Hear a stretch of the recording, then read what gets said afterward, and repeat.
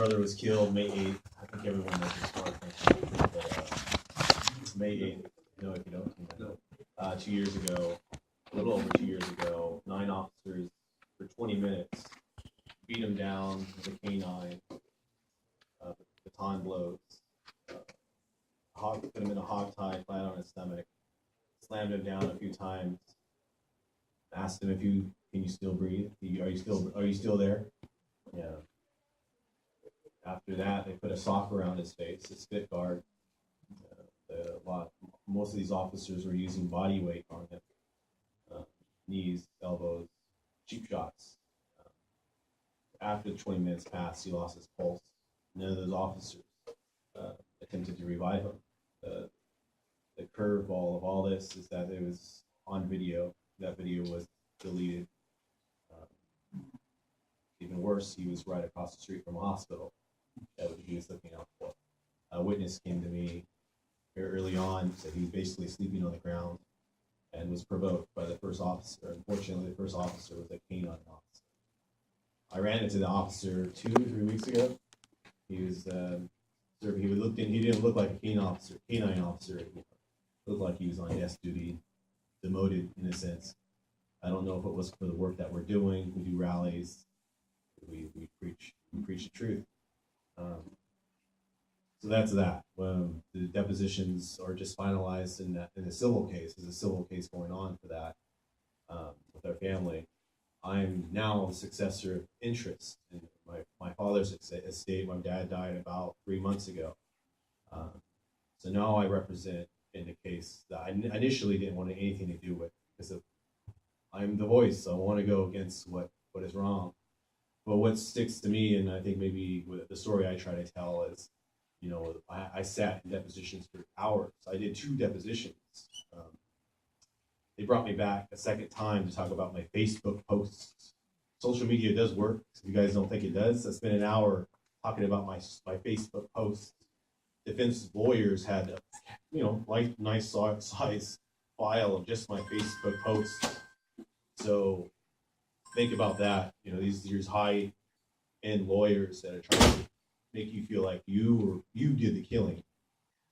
But at the very end of this, that most of the people don't hear is a defense lawyer, Jim Wright, his name is, handed me a picture of David that I posted. My brother David posted on Facebook.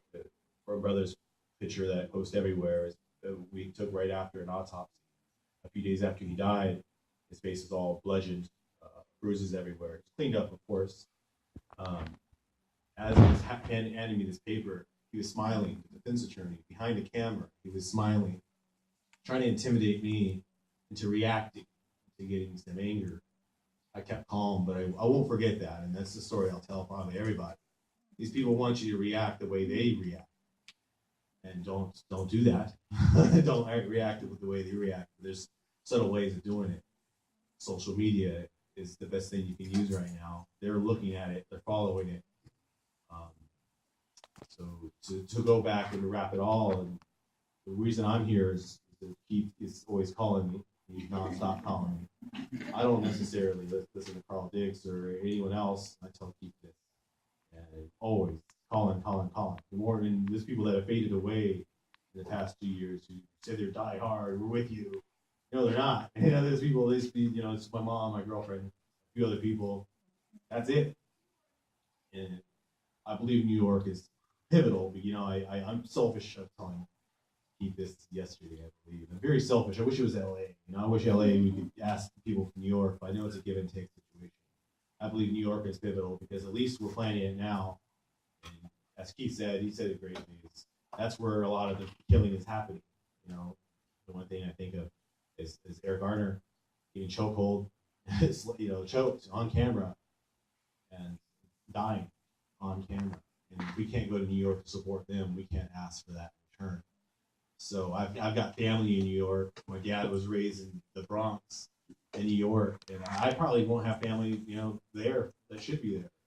And that's the major call. It's the family and these families that should be there. Ask them, call them out. It's not just friends anymore. It's your family, the people that say they're with you. Test them. Half of them will fail, if not more. And that's the worst part, but test them anyway. They should be there. They should be present. And hopefully Keith asks for a return favor to come here. Come here to LA next year, October 24th. It is pivotal. I got friends, we're planning trips. Bring my mom everywhere I go, my girlfriend too. Is it everywhere? So, to the families that think civil justice is real, it's going to do something, we're going to get money out of it. It's nothing. I think the conception idea of take a leap of faith or die an old man. If you guys see an old man, die a man full of with regrets. That's what we're doing here. I don't want to be that old man that didn't do anything. But call those people out. Call your friends and family out. You're going to have everyone supporting you no matter what. We're going to be there. So you test your friends and see if they're going to be there, and test your family even more. And that's what I'm going through right now. And they think this is a game. Civil justice is nothing. Money is nothing. And get those people behind bars, and that's what my goal is. My brother.